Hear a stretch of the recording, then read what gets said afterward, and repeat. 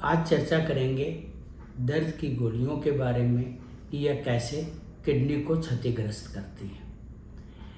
Kidney का blood supply, खास तौर पे किडनी के अंदरूनी भाग का ब्लड सप्लाई जिसे मेडुला कहते हैं, वो प्रोस्टाग्लैंडिन नामक हार्मोन से नियंत्रित होती है। और दर्द की गोलियाँ जो NSAID ग्रुप की आती हैं, non steroidal anti inflammatory drug group की जो दवाइयाँ हैं, जिसमें ब्रूफेन, डाइक्लोफेनेक ये सब दवाइयाँ हैं जो आम तौर पे हम बदन दर्द, घुटने के दर्द या किसी भी दर्द के लिए लेते रहते हैं। यह गोलियाँ प्रोस्टाग्लैंडिन नामक हार्मोन को डिस्टर्ब करके किडनी के ब्लड सप्लाई को डिस्टर्ब करती हैं और इसलिए दर्द की गोलियाँ किडनी को क्षतिग्रस्त करती हैं। लेकिन इस विषय में भ्रांतियाँ भी बहुत हैं। अगर कोई इंसान रेगुलर दर्द की गोली खाएगा तो ये महीनों तक ये अब्यूज़ करने के बाद किडनी पे प्रॉब्लम होती है। और एक ज़माना था आज से 20-30 साल पहले, जब लोगों को इसका अंदाज़ा नहीं था तो वो हर छोटी मोटी समस्या के लिए दर्द की गोली खा लेते थे, जिसमें किडनी का अंदरूनी हिस्सा डैमेज हो जाता था और किडनी धीरे धीरे छोटी होकर सिकुड़ जाती थी। उसे हम एनाल्जेसिक नेफ्रोपैथी कहते थे। आजकल चूँकि सजगता बढ़ी है, लोग थोड़ा सचेत हुए हैं, तो यह बीमारी देखने को नहीं मिलती है। लेकिन कभी कभी क्या होता है कि किडनी का ब्लड सप्लाई वल्नरेबल हो जाता है, वो कमज़ोर पड़ जाता है।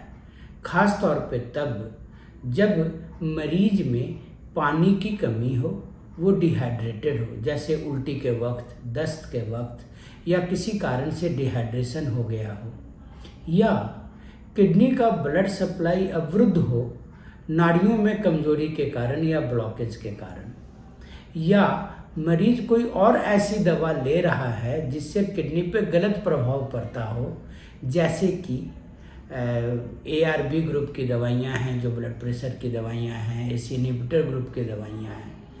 तो ऐसे मरीज में जहाँ किडनी का ब्लड सप्लाई ऑलरेडी कमज़ोर पड़ा हुआ है, वो अगर 1 या 2 गोली भी दर्द की गोलियों का ले ले तो उसकी किडनी फेलियर में जा सकती है। इसे एक्यूट ट्यूबुलर नेक्रोसिस बोलते हैं।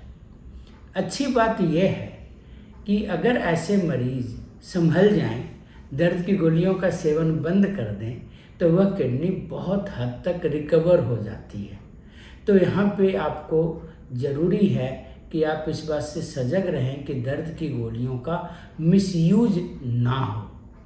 हाँ, इतना भी ना डरें, अगर किसी आदमी को बहुत दर्द की गोलियों की ज़रूरत पड़ ही गई और वो परेशान है, तो वो एकाध दर्द की गोली संभल के ले सकता है। लेकिन उसे ध्यान रखना चाहिए कि उतना ही ले जितना बहुत ज़रूरी हो, सीमित समय के लिए ले और खूब पानी पिए उस वक्त जिस टाइम में वो दर्द की गोलियां ले रहा हो। बीच में एक फैशन चला था कि सेलेक्टिव इनहिबिटर्स होते हैं, कुछ महंगे और नई दर्द की गोलियां आ गई थी और लोग ये सोच के लेने लगे कि शायद ये नई और महंगी वाली गोली किडनी के लिए कम हानिकारक होगी।